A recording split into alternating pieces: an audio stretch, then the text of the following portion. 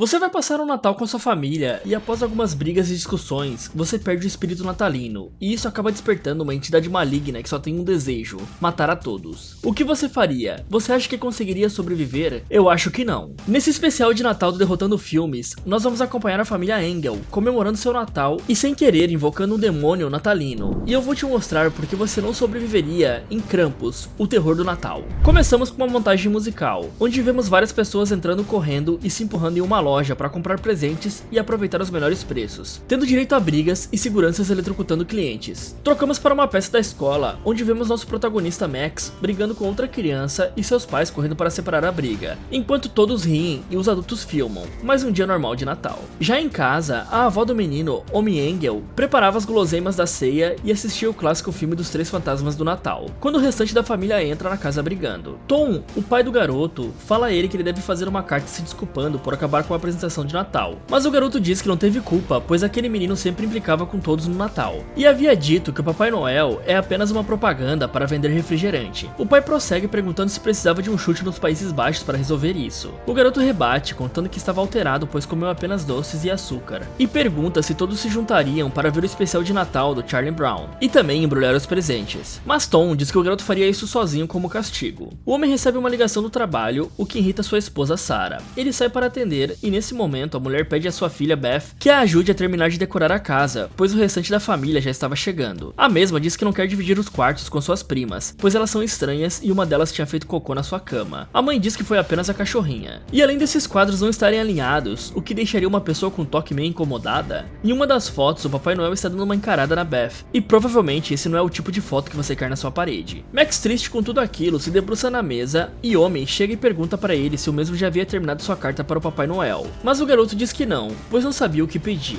Ouvindo a discussão de sua mãe e irmã na sala, sua avó diz que logo ele vai descobrir. O garoto pergunta se a senhorinha acredita no Natal, e ela diz que sim, pois o espírito de Nicolaus é o da dádiva e do sacrifício. Ok, nada bizarro isso aqui, né? Beth vai até o quarto para falar com seu namorado Derek, que a chama para fumar uma samambaia, mas a mesma diz que está presa em casa. Nesse momento, a casa inteira começa a tremer e vemos os Elgin se preparando, pois o restante do pessoal chegou. E se a casa deles treme apenas porque um carro está estacionando na garagem, eles precisam urgentemente ver a estrutura desse lugar, porque imaginam o que acontece quando uma tempestade com ventos fortes ocorre por ali. Com certeza esse cara deve trocar muitas telhas. Sarah vai até a porta e ouvimos que a outra família também estava brigando. Abrindo a porta, vemos sua irmã Linda, as duas se abraçam e Max começa a puxar assunto com seu primo Howie, perguntando o que o mesmo havia pedido pro Papai Noel, mas seu primo parece ser meio diferenciado e apenas ficam encarando de boca aberta. Em seguida entra Howard, o marido de Linda, derrubando todos os presentes no chão, e as outras duas filhas do casal, Jordan e Steve, que observam a carta para o Papai Noel no bolso de Max, e não podia faltar o cachorro da família, Rose. Como tudo que é bom pode piorar, chega na sala reclamando da neve na entrada a tia insuportável de Sarah e Linda, Dorothy, que diz que precisava de vinho e pergunta onde estavam as bebidas, pois ela precisava ficar feliz. Tom pergunta se os dois não tinham mais uma filha, e Linda pede a seu marido que vá pegar a bebê Christy, que haviam esquecido no carro. Nesse momento, Sarah começa a discutir com sua irmã, dizendo que ela não deveria ter trazido a tia Dorothy, pois ela era insuportável. Mas a mulher fala que segura as buchas dela há muito tempo e cansou disso. Os dois homens voltam com a bebê e todos partem para a mesa comer. Lá, Howard diz que vai ensinar Howie a jogar futebol americano e pergunta se Tom já havia jogado.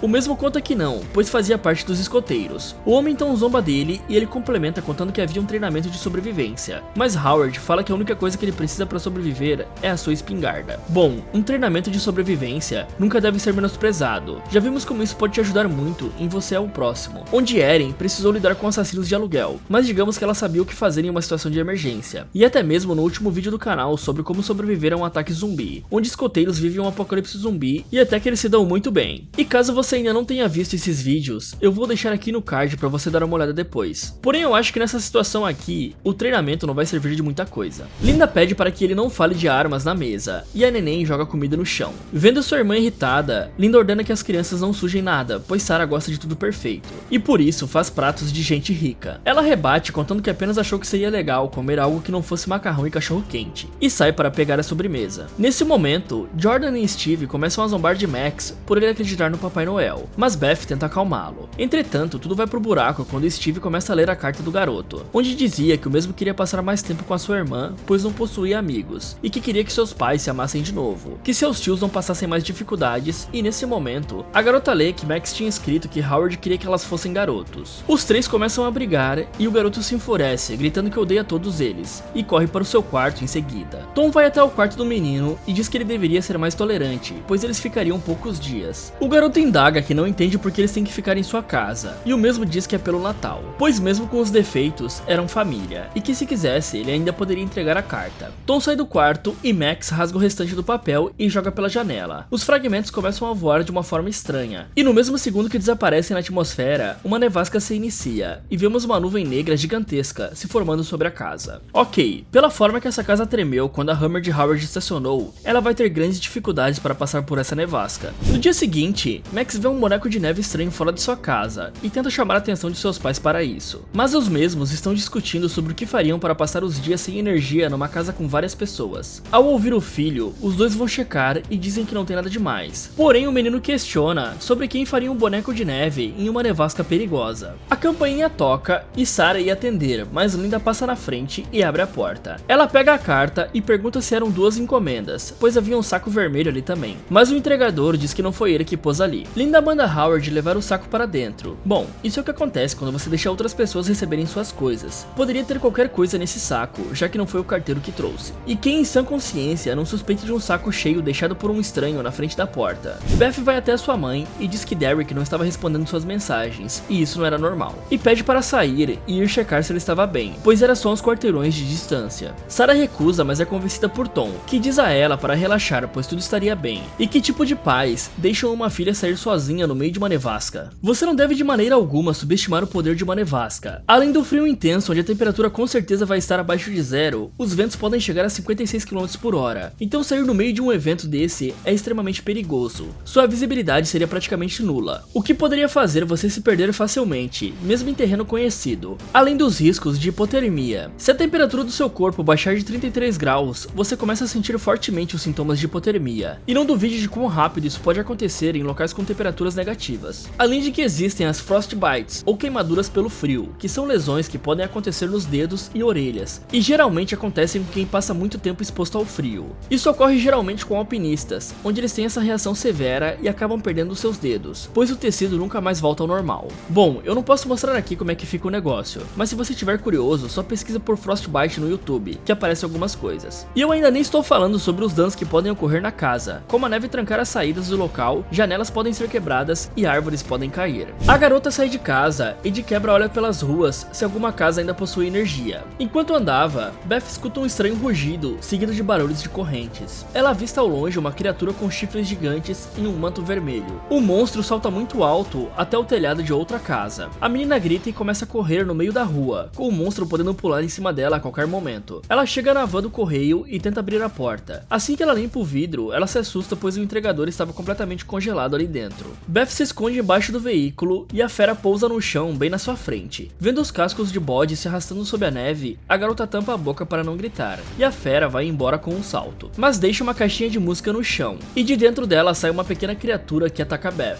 Digamos que se a criatura resolvesse pular em cima da van, provavelmente Beth seria esmagada aqui, se bem que pelo que parece, ela já foi finalizada pela criatura da caixinha. Voltando à família, Sarah e Tom se sentam em frente à janela e começam a conversar. A mulher diz ao seu marido que está preocupada, pois está quase anoitecendo e a menina ainda não chegou, e com certeza não vai chegar. Preocupado, Tom pergunta a Howard se a caminhonete do mesmo aguentaria andar na nevasca, e ele responde que sim. Os dois começam a se preparar, mas são impedidos por Omi, que diz que é muito perigoso e que seria melhor esperar a tempestade passar, e eu definitivamente concordo com a velhinha. Porém os dois vão mesmo assim. No meio da nevasca, Tom tenta sintonizar o rádio em qualquer estação, mas estranha o fato de nada dar sinal. Howard diz que talvez a neve tenha derrubado as antenas, e no caminho, os dois se deparam com um limpa-neves e param para averiguar. Enquanto isso na casa, Sarah e Linda conversam sobre os natais que passaram com a falecida mãe, mas são interrompidas por barulhos de passos vindo do telhado. Sarah diz que são apenas esquilos, mas a tia Dorothy rebate falando que esquilos não saem na neve. Um estrondo assombroso ocorre no telhado, e a mulher indaga se o som for os esquilos brincando com as nozes. E a Sarah deve morar em Chernobyl, para estar acostumada com esquilos que fazem a casa tremer. Voltamos aos homens que ao olhar o carro, veem presentes de Natal largados e um buraco no para-brisa, que indicava que algo muito grande tinha puxado o homem para fora do veículo. Preocupado com o que estava por trás disso, Howard vai até o seu carro e pega sua espingarda e dá a Tom um revólver que pertence à sua esposa. E pelo jeito que Tom pega na arma, provavelmente o cara não sabe atirar, ou ele poderia ter se machucado logo logo de cara, pois ele tinha apontado a arma para si mesmo. Então entregar um revólver para alguém sem prática pode acabar sendo pior do que deixar a pessoa desarmada. Ela pode acabar se assustando e atirando em alguém sem querer, ou até mesmo na hora que precisar atirar, ela nem saber como tirar a trava de segurança da arma. E aí você já sabe, né? Os dois vão até a casa de Derek e a encontram vazia, mas com vários sinais de luta, inclusive uma faca que prendia um biscoito de gengibre na geladeira. Indo até a sala da casa, os dois veem um grande rombo na chaminé e acham que um cano de gás estourou,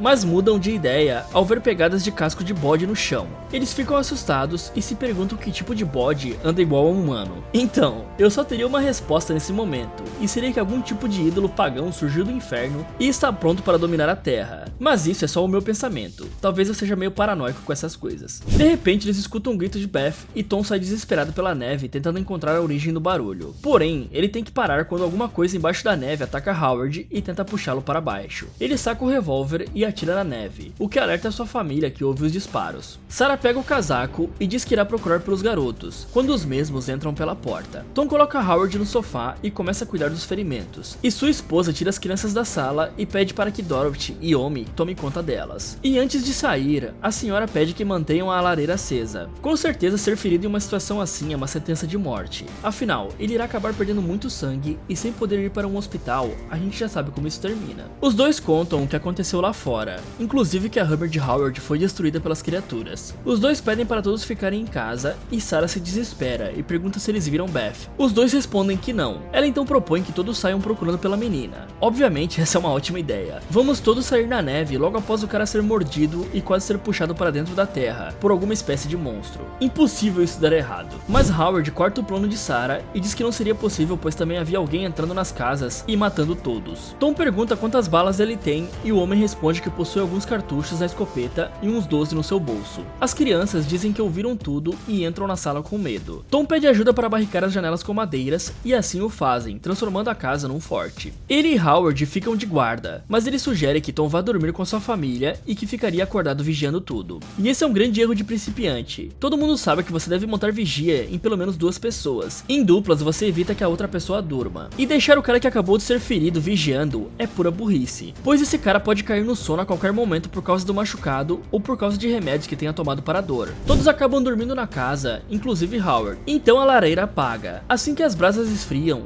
ouvimos pequenos murmúrios e então um biscoito de gengibre desce através de uma corrente cheia de guizos. A corrente é balançada algumas vezes, o que acorda Howie. O menino levanta e vai até o biscoito, o agarra e então morde. Nesse momento o biscoito começa a se mover e enrosca as correntes no pobre garoto, que é puxado para cima pela chaminé. O menino grita e acorda toda a família. Sarah, ao se dar conta, agarra os pés de Howie e tenta puxá-lo. Vendo que ela não iria conseguir, Tom e Howard a agarram e começam a puxar, mas o biscoito assusta a mulher, que solta o menino, que desaparece gritando nas sombras, deixando para trás apenas o seu sapato. Enquanto tudo isso acontecia, Max precisou apagar um pequeno incêndio na árvore de Natal da família. E se esse garoto não tivesse apagado isso, a família com certeza estaria em sérios problemas. Howard se lamenta e chora por achar que é sua culpa, já que dormiu e deixou a casa desprotegida. E Sarah se debate em prantos pelo que viu na chaminé. Homem acende o fogo novamente e diz que a culpa é de todos, e que por isso ele veio os pegar. A mulher pergunta quem, e ela pede para que escutem. Ela se senta e conta que tudo começou em uma noite fria no seu antigo vilarejo. O Natal daquele ano foi sombrio, todos estavam com fome e eram tempos difíceis. E por conta disso, esqueceram do sacrifício de doar que acompanha o Natal. E com sua família não foi diferente. Seus pais brigavam como nunca, e mesmo que ela tentasse lembrá-los de que era Natal,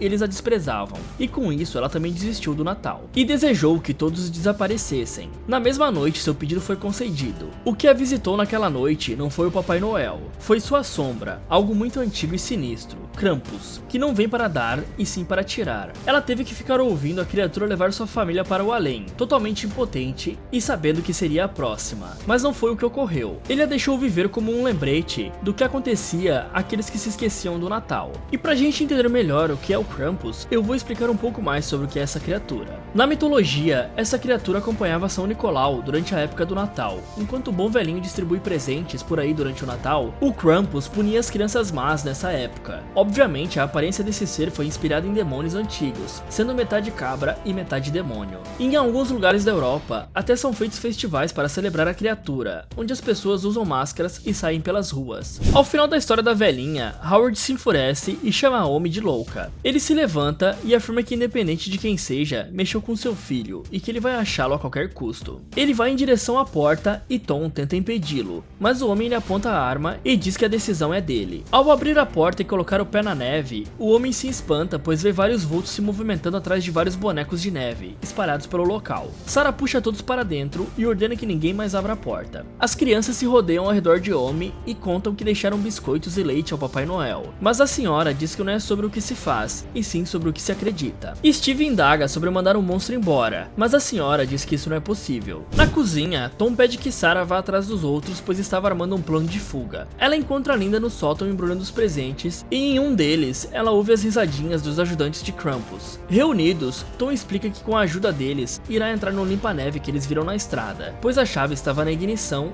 e eles usariam o veículo para ir dirigindo até encontrar um lugar seguro com mais pessoas, para procurar por Beth. Howard pergunta se ele planejava pegar o limpa-neve sozinho, e ele confirma que sim. Após ver aquelas criaturas lá fora, eu duvido muito que elas deixariam qualquer um deles chegar perto do limpa-neve, além da criatura toupeira que puxou e mordeu Howard na perna. No andar de cima, Jordan e Steve vão usar o banheiro, pois a tia Dorothy havia entupido de baixo. Quando estavam chegando lá, ouvem a voz de Beth no sótão. Aliviadas, as duas perguntam onde a garota estava todo esse tempo, e a mesma pede para que subam que elas iriam mostrar. Lá embaixo, a família escuta os gritos das meninas, então Linda, Tom e Sarah sobem para ver o que estava acontecendo, pedindo a Howard que ele cuide do andar de baixo.